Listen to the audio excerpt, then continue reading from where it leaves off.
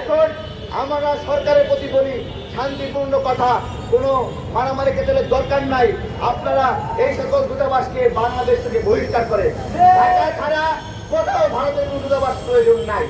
এবং ভারতের বিভিন্ন জায়গায় বাংলাদেশের যে দূতাবাসগুলো রয়েছে, উপদূতাবাস রয়েছে, একটা দূতাবাস থেকে সকল উপদূতাবাস থেকে বাংলাদেশের অফিসারদেরকে ফেরত নিয়ে আসেন। প্রয়োজন নাই। এই সমস্ত কিছু বেনিফিট শুধুমাত্র রাষ্ট্র হিসেবে ভারত পায়।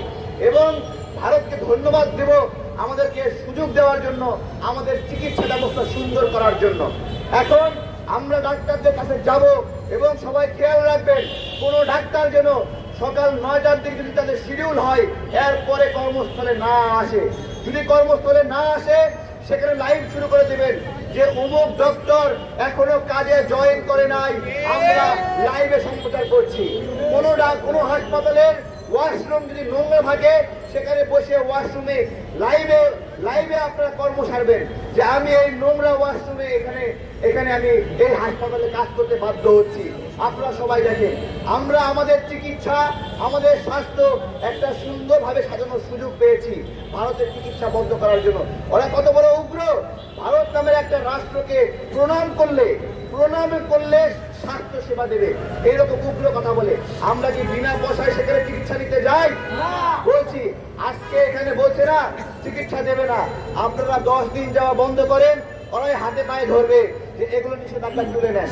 আজকে ভারতের পণ্য কেনা বন্ধ করেন, ওরাই নিষেধাজ্ঞা তুলে দিবে।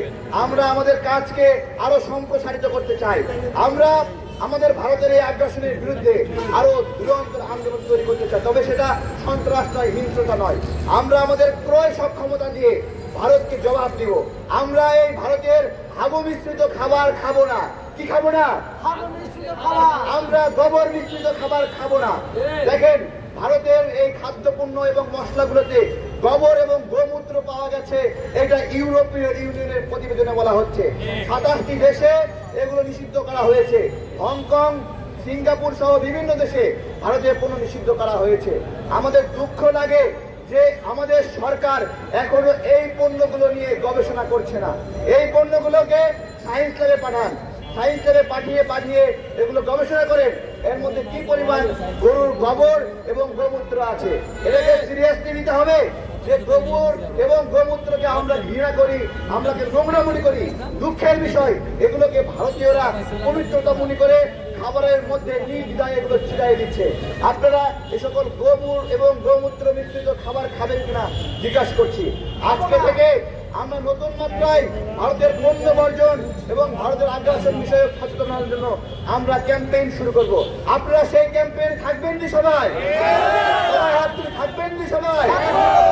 সবাই দেখি আমরা থাকবো। আমরা গোবর মিশ্রিত খাবার খাবো, আমরা গোমূত্র মিশ্রিত খাবার খাবো।